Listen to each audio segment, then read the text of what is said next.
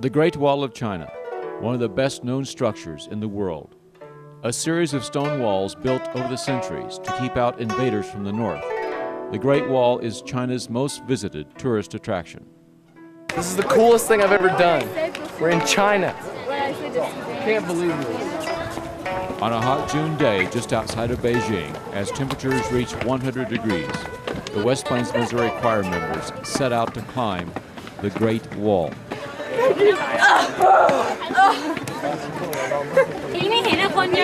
I'm just really glad that I wore tennis shoes today.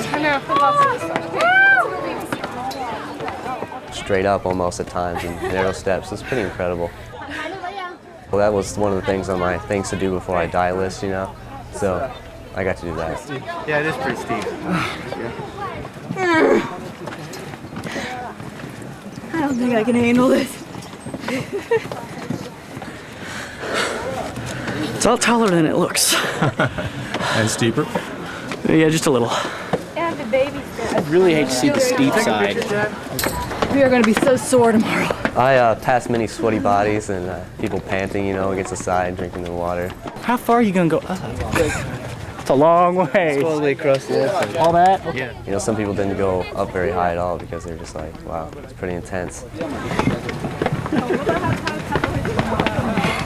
It was worth it. It was hard, but to be able to walk up, you know, one of the wonders of the world and have that opportunity to be on something that has that much history just is worth every step that we took of it, really. Every hot step. We're going to make it. As they challenged themselves on the Great Wall, they looked ahead to that night. They were about to make history. Never before had a choir been asked to do what they were about to do. I'm going to take a seat.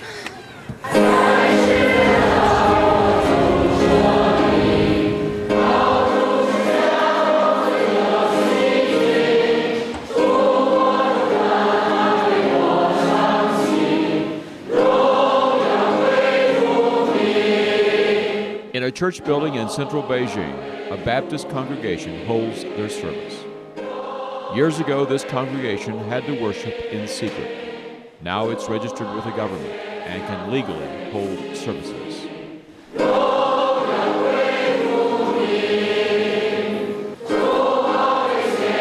The West Plains Singers were moments away from making history. Never before had an official of the Chinese Communist government arranged for young Americans to sing in a church. But even as they listened to the service, the Americans didn't know if it would actually happen.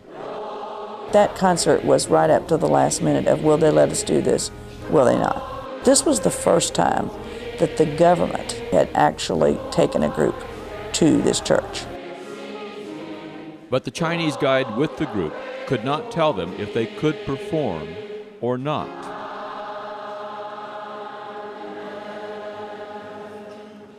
He never could get an official yes. He would get a maybe. It's possible.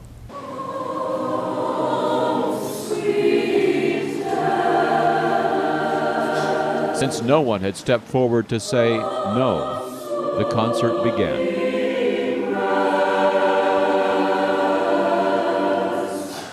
The price Chinese pay to worship is high, be they Christian or Buddhist. They're at great risk. Their government is probably afraid of the spread of Christianity.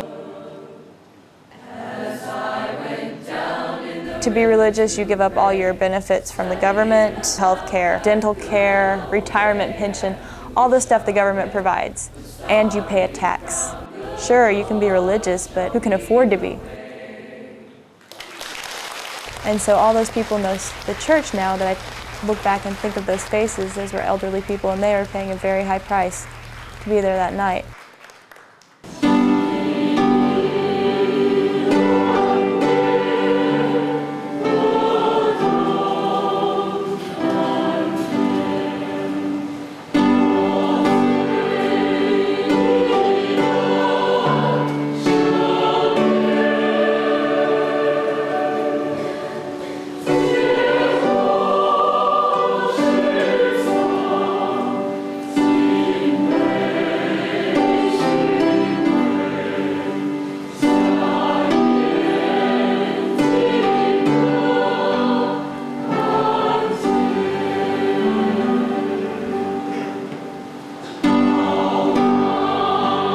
people are really standing up for something they believe in. They're stepping away from their government, and they're stepping away from the society in general to worship their God and to worship the same God that we worship here.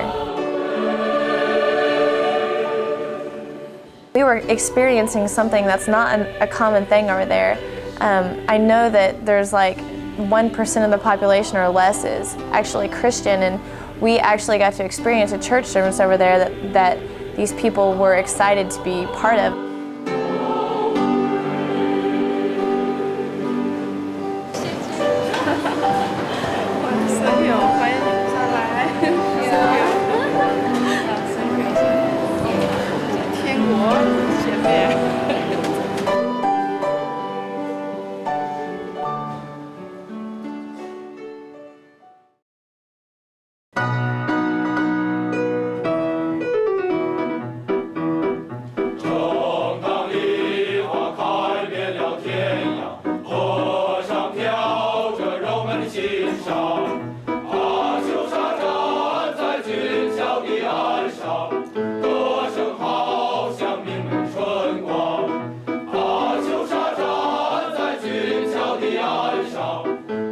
The day after the church concert, at a special high school in Beijing, a Chinese boys' choir sings a Russian military march.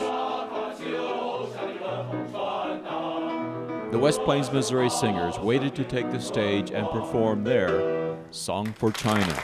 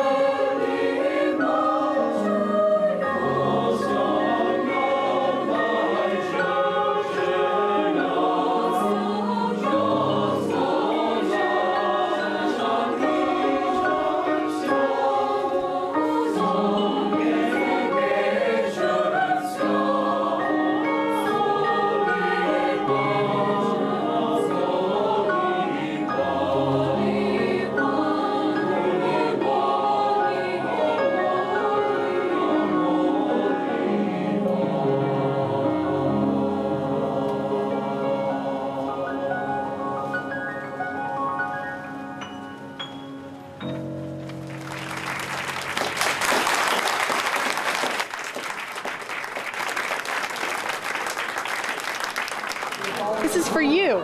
Thank you. You're welcome. Thank you very much. What's your name? My name is Sandy. Nice to meet you. My name's Kathy. After the concert, Chinese and American students mingled and discovered what they had in common.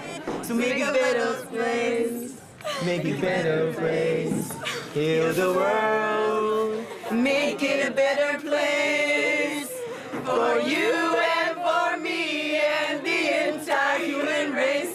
We were just visiting, but we were all very excited about meeting each other and speaking together and sharing together. And place for you and for me.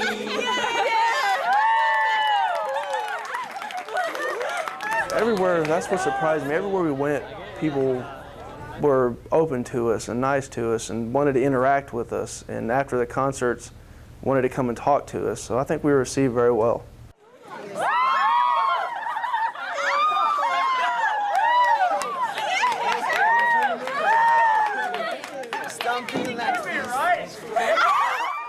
Despite government control of the media, Western pop stars like Michael Jackson are well known in China.